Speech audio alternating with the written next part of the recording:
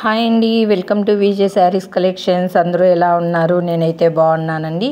ఇదైతే శ్రావణ శుక్రవారం రోజు వరలక్ష్మి వ్రతం చేసుకున్నానండి. ఆ వీడియో అండి లేట్గా అయితే అప్లోడ్ చేస్తున్నా, ఎందుకంటే కొంచెం పని ఉన్నందున లేట్గా అయితే అప్లోడ్ చేస్తున్నా. చూడండి, నేను ఎర్లీ మార్నింగ్ అయితే లేచేసి ఇల్లు వాకిలంతా కూడా శుద్ధం చేసుకుని ఇలా బయటంతా ముగ్గులు పెట్టి తులసమ్మ దగ్గర కూడా ముగ్గు పెట్టేసుకున్నానండి.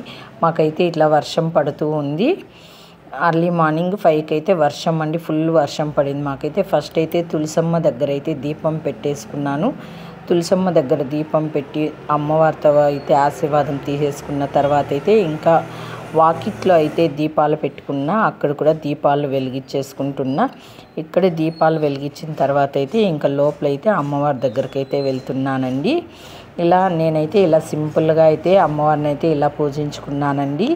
మీరందరూ కూడా ఎలా చేసుకున్నారు ఏమేనైతే ఒక కామెంట్ చేయండి. నేనైతే సింపుల్గా ఎలా చేసుకున్నా, మనకున్నంతలో మనమైతే ఎలా చేసుకుంటే చాలు అని అయితే చెప్పను. మనకున్నంతలో మనం ఎలా అయినా చేసుకోవచ్చండి. అమ్మవారే మనకు పెద్దగా ఏం చేయమని చెప్పదు.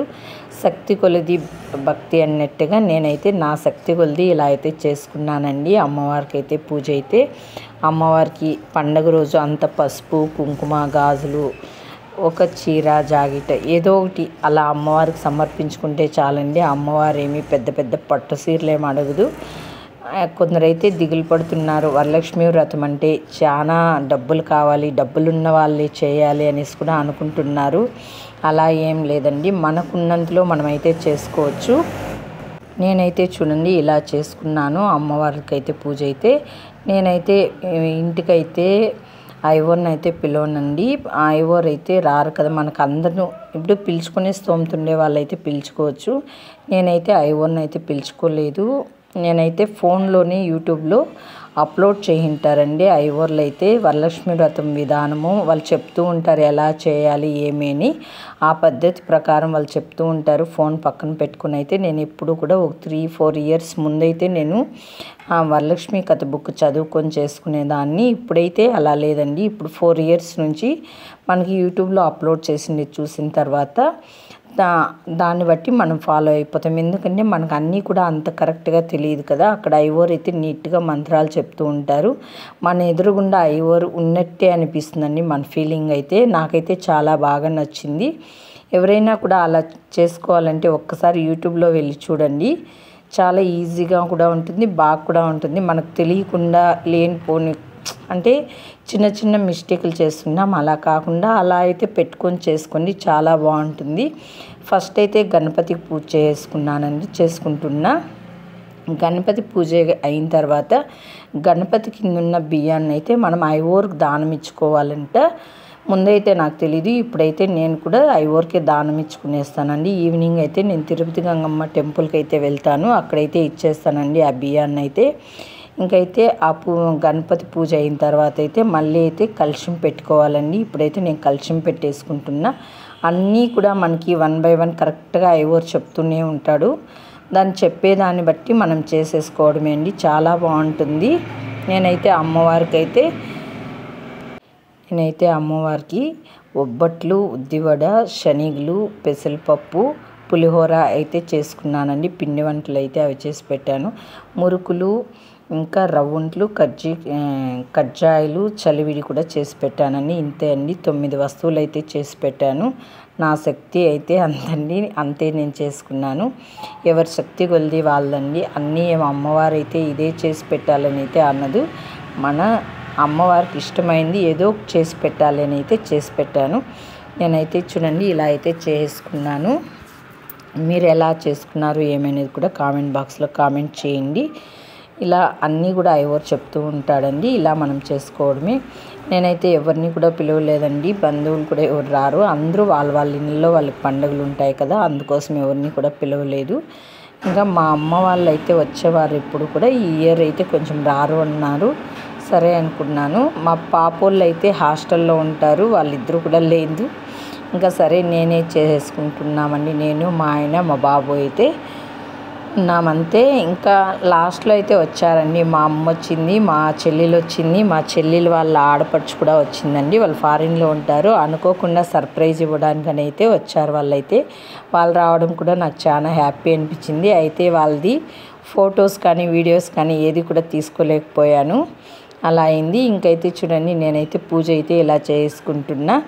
ఇలా హారతి అయితే తీస్తున్నానండి. ఇంకా అమ్మవారికి అయితే సాష్టాంగ నమస్కారం అయితే ఇలా చేసుకున్నాను. మా ఇంటి ఆయన అయితే నాకు తోరబంధనం అయితే కట్టారు. ఇలా అయితే పూజ చేసుకున్నామండి. ఇంకా లాస్ట్లో ఇంకొకసారి అయితే అందరము కలిసి ఒకసారి అమ్మవారికి పసుపు కుంకుమ ఇచ్చేసి ఇలా అయితే పూజ చేసుకున్నామండి. ఇంకైతే హారతి తీస్తున్నా. ఆరనీకు మా ఈ దీపం కార్తీక దీపం, చేరని నీ పాదపీఠం కర్పూర దీపం.